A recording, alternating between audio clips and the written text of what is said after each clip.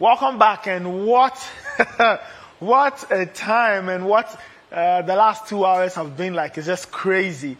Ghana winning its first game of the 2022 World Cup, beating South Korea by 3-2 in that epic 5-goal thriller at the Education Stadium. It was an absolutely crazy game.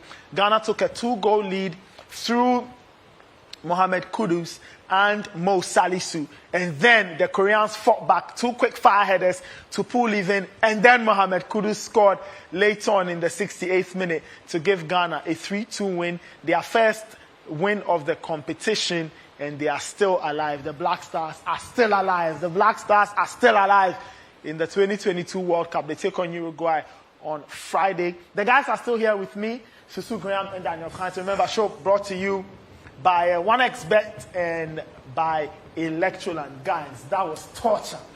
That was torture. That second half was horrible. The way to describe it is horrible. I did not enjoy a single second of it. Maybe apart from the Kudus goal, I'll say that. But apart from that, I did not enjoy any of the second half. That was oof. That's the way to describe it. Oof.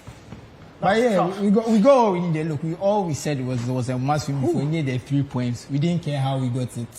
I wanted the clean sheet because I didn't want this stress. We scored 2 goals. I thought that yes, game is in the bag. Somehow, somewhere, we have another poor spell where we concede 2 goals. We'll go into that. We probably need to relax and be a bit more sober and talk about it tomorrow because the emotions are still flowing through us. They're still fresh. We got the result we wanted, and it was a very good performance in certain aspects. The certain aspects obviously weren't too great, but Otoado, like I said, I trusted Otoado's game plan. He didn't disappoint me. Things went well. When things got tense and hairy, we still got the goal. We still delivered. I have to shout out Mohamed Kudus for that finish on the second goal because we've seen him score those type of goals at Ajax all season. It was a one-touch finish. The ball came to him. He knew what he was going to do the moment the ball came. So as the keeper is kind of shuffling, he just put it to the keeper.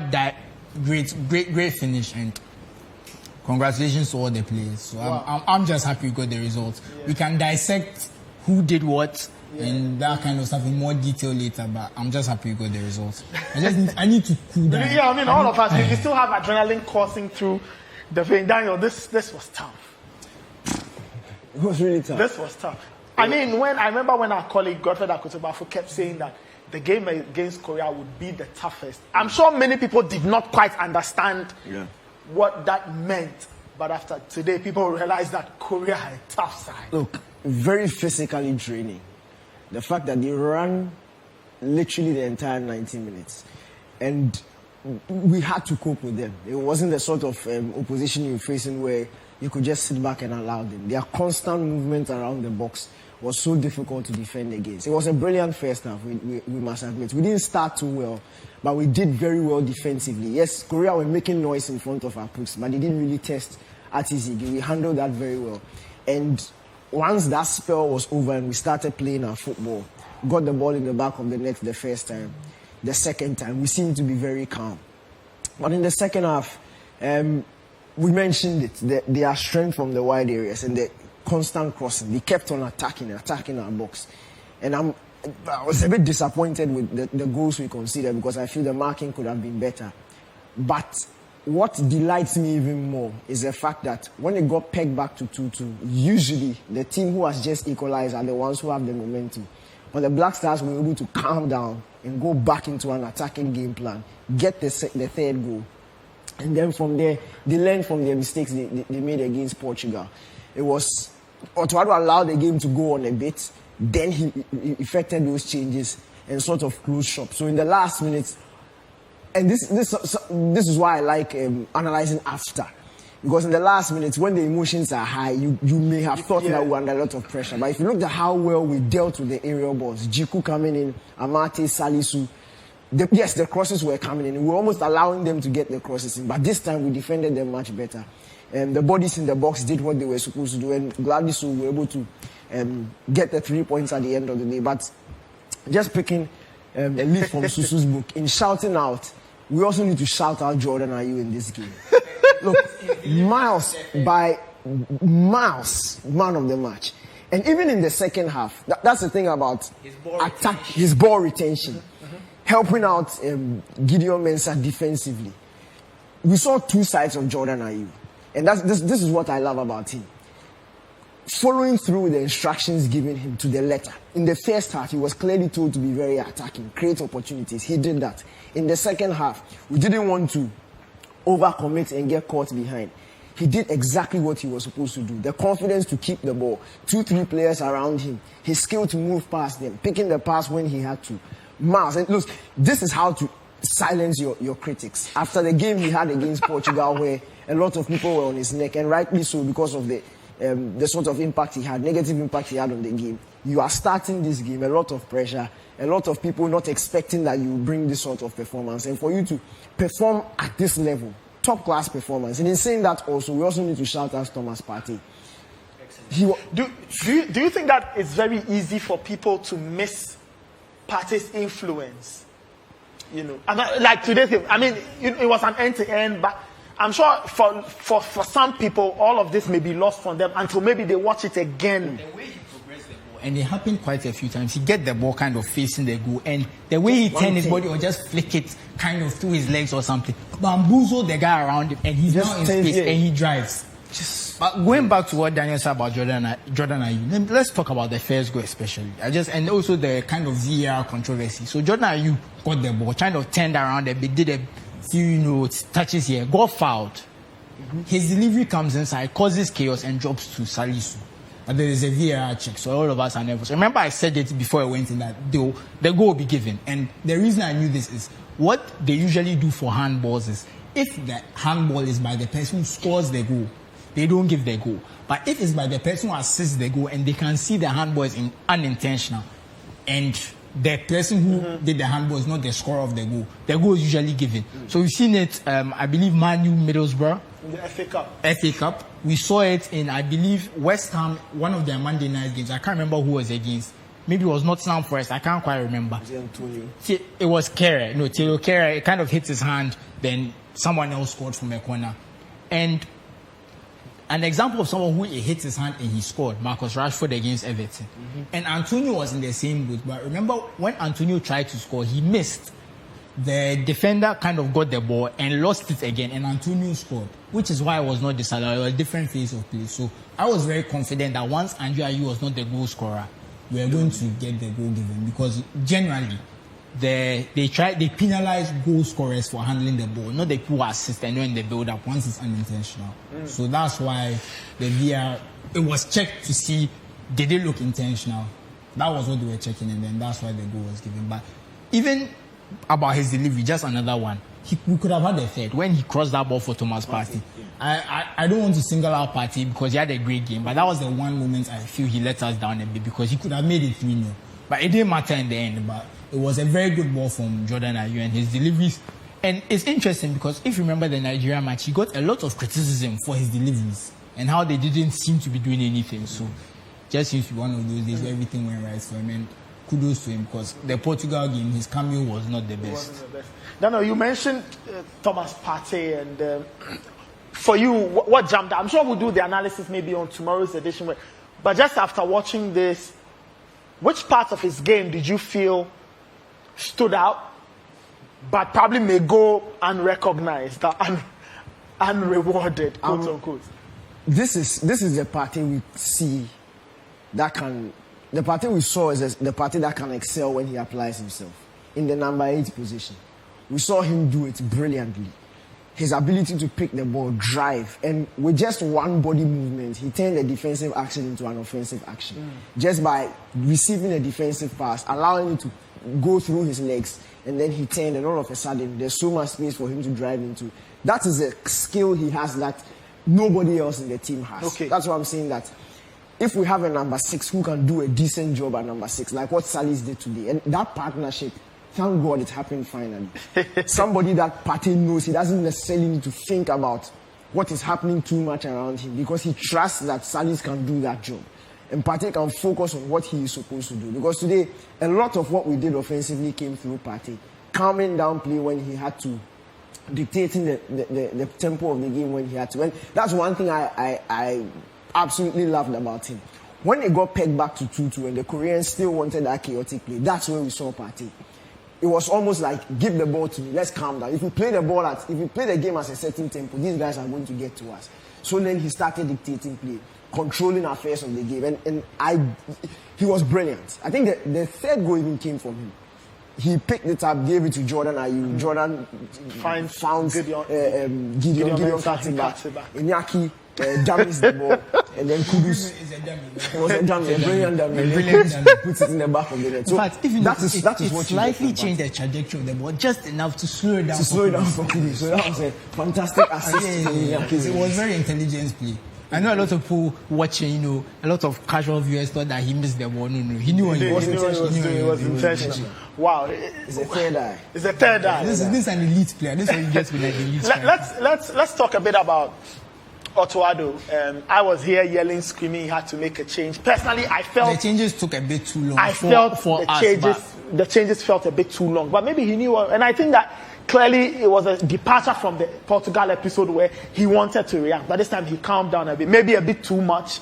Were you happy with how he handled everything? The team, the shape, the plan? Some people feel the in-game management was horrible, and that's how come we got the Koreans 2 goals, or we got them back into the game. The Koreans came with a lot more aggression in the second half. Yeah. And I don't want to say it's on in-game management, because we came and we are trying to play like we had played the second half of the first half, where we got the ball, we were coming. We tried to play the same way, but the Koreans just had a lot more intensity. They were going forward a bit more. They committed men forward.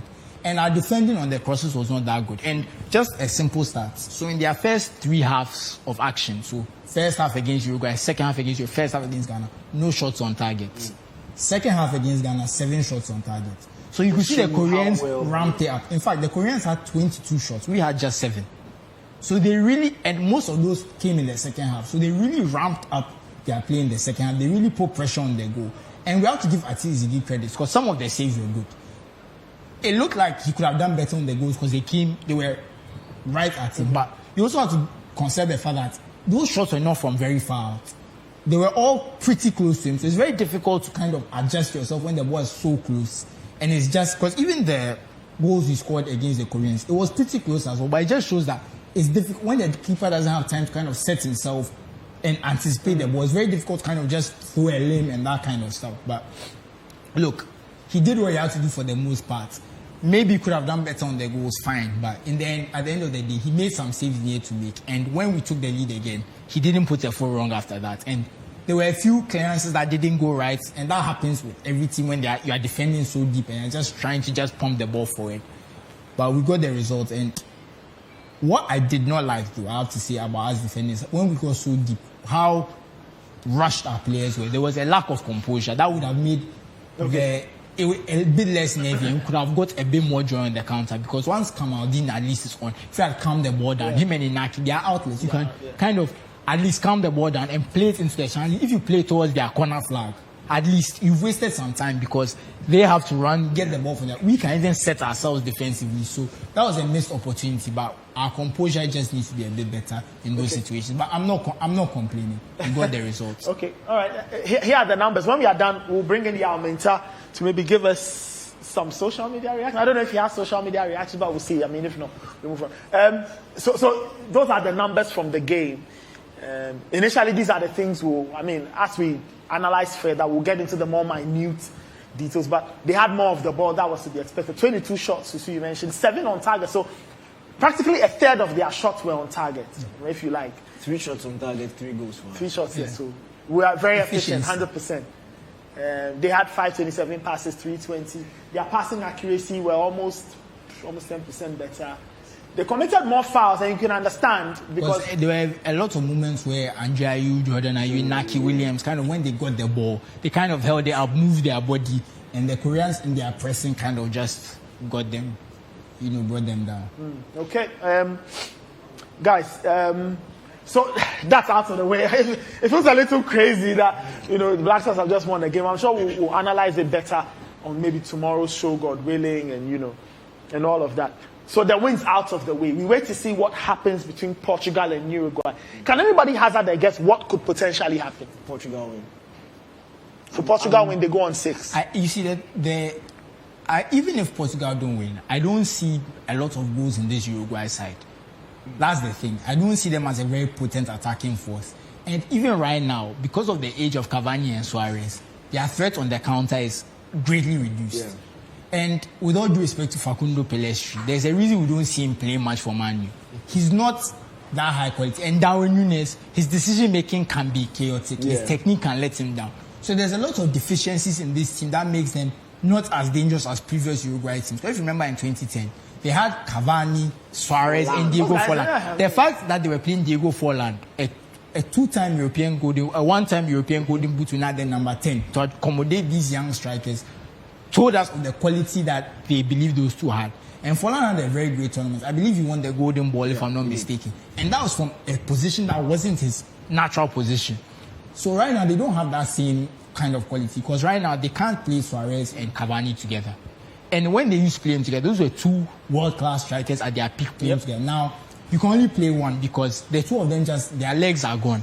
And I wonder how that, and the best chance you have against the Portuguese is exploiting that high line, because you know that. But the Uruguayans don't have that the kind Uruguayans of pace. don't have that. Or Darwin Núñez does, and Pelestri do have that pace. But the fact that you are also playing them with Suarez or Cavani is problematic. And even Maxi Gomez, who's also on their bench, doesn't have pace. The truth is, the only way I see Uruguay taking advantage of if they drop both Cavani and Suarez and bring on one of the other midfielders, maybe Valverde on the right wing, Pelestri on the left, and Núñez to the, and bring in another midfielder to kind of suffocate the midfield and play on the counter. But I doubt it will happen. The chance of them dropping Cavani and Suarez is very low, so that will hit them. In terms of pace, I think they can even switch it. Maybe Cavani starts because he has more pace than Suarez. He may not be able to last the full 90. And then they take it. All right, let's get some social media reaction. Yao Mingtai, we're all watching. Oh man, yeah. Just a few words on what people are saying concerning this game. Ghana 3, South Korea 2. Yeah, I predicted a draw. You predicted a draw. I predicted a draw. I wasn't happy. I was pointing out the flaws in our game. Okay, so, all right. So basically, with a lot of glee and relish. Exactly. Look, FIFA should give us a wild card to the World Cup. Even if Ghana doesn't qualify to the World Cup, FIFA should give us a World Cup. That's it happens in tennis, because every time Ghana goes to the World Cup, we deliver top-level football, entertaining football. We make we give FIFA their money's worth. Daniel will argue we are too entertaining for it. Like, I don't like it. Yeah, it's not good for the heart. But Kojo Sheldon, he tweets, he says we should start apologizing to Jordan Ayew. Yes, and unsurprisingly, Jordan Ayew is trending. Well, we are not out of the woods yet. Once we qualify beyond the... Then you apologize to Jordan. Then I'll apologize to Jordan. I think we have to acknowledge the masterclass. He did have a wonderful game today. And Coach Sheldon comes back and he says, Jordan Ayew has more crosses than the Catholic Church. That's a good one. And we go down, yes, Bongo ideas. Bongo ideas. What does Bongo ideas have to say? Yeah, move on to the next. Okay, and Memphis president, he says, Jordan Ayew, please, we are sorry. Yes, so Jordan Ayew, please, we are sorry. At Oppresi, he says, Jordan Ayew has more assists than Cristiano Ronaldo and Lionel Messi combined in this World Cup. Factos. Okay, and Coach Sheldon again, he says, let your apologies be as loud as the slanders. Jordan Ayew SC, we eating Gucci. I think he was talking to you. Okay, and at Ransford, and he says, if you don't play me, I'll take my ball home. That's in quote Jordan Ayew. That was before the game started, so they were slandering Jordan Ayew a little bit. And at Asiedu Mensi comes back and he says, Jordan Ayew, please, we are sorry. So more apologies to Jordan Ayew. All right, based on that wonderful. I see there's a tweet there. Yeah. Oh, okay, yes. And so John Bennett, he works with BBC. He's a colleague journalist. He says the Ghana fans behind me are in bed. One lady has been praying for the entire injury time, and it just tells us the kind of emotions that a lot of fans had to go through watching this game. And John texted us that we should be updating him how much of the injury time is left, because he can't see from where he is, so we should be telling him. Yeah, because people were up on their feet the whole time and they're enjoying the game, and that's why I say for FIFA they should give us a wild card. a World Cup to the World Cup. Even if we don't qualify to the World Cup, they should just give it to us, because every time we deliver, because you look at that first round of games, the last 25 minutes in our game against Portugal, it had everything. It had controversy, it had goals, it had missed chances, it had players, having a few kickabouts here and there, had yellow cards flying all over the place. It was just brilliant stuff. And so you look at that game and you look at this game, Ghana delivered again. And so, yeah, we make the FIFA World Cup a better place every time we step in it. Okay, if I'm not mistaken, only England have more goals than us. Yeah, we scored 5. Yeah. We scored 5, right? England has 6. Yes. Spain has got 7. Spain have 8. 8. So yeah. We're up there. We're up there in attacking. But our defense, we also considered 5. So. I'm sure, guys, we'll get into more analysis in subsequent episodes. But thank you, Susu, thank you, Daniel, thank you, Alminta, and thank you out there for watching. It's been a post-game special or an extended World Cup daily on Citi TV.